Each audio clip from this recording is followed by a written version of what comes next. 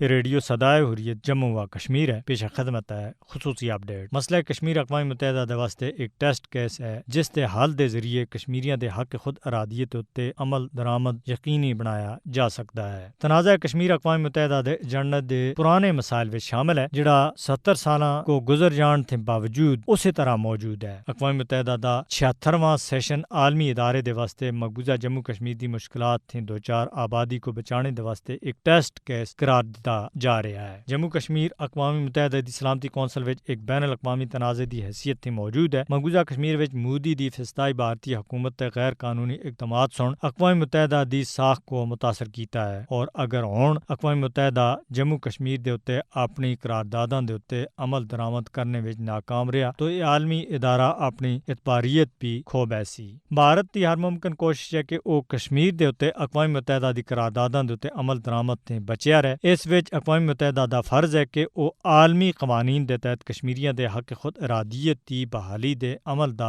آغاز کرے۔ مودی دی قیادت وچ بھارت کشمیر دے حوالے تھی بین الاقوامی قوانین اور کنونشناں کو نظر انداز کر رہا ہے۔ بھارت اقوام متحدہ دی قرارداداں دی سنگین خلاف ورزیاں دا ارتکاب کردیاں ہویاں جموں کشمیر دے آبادیاتی تناسب کو ہی غیر قانونی طور دے اتے تبدیل کر رہا ہے۔ حقیقت یہ ہے کہ مقبوضہ کشمیر وچ نام نہاد سیکولر بھارت دا اصلی چہرہ بے نقاب ہو چکا ہے، اور مودی کشمیریاں دے اتے بدترین مظالم کر رہا ہے، اور اس کے باوجود ان دی جدوجہد آزادی کو دبانے وچ وہ ناکام رہا ہے۔ اقوام متحدہ کو عملی اقدام چانے اور بھارت کو جموں کشمیر دی ڈیموگرافی دی تبدیلی تے روکنا ہوسی۔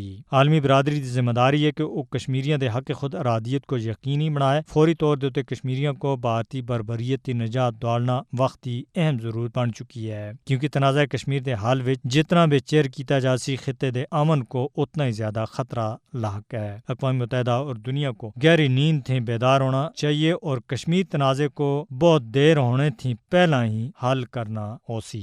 مسئلہ کشمیر دے اتے اقوام متحدہ دی قرارداداں دے نفاذ دے واسطے سازگار ماحول پیدا کرنے دے واسطے بھارت دے اتے دباؤ بانا چاہیے۔ اپڈیٹ ختم ہوئی۔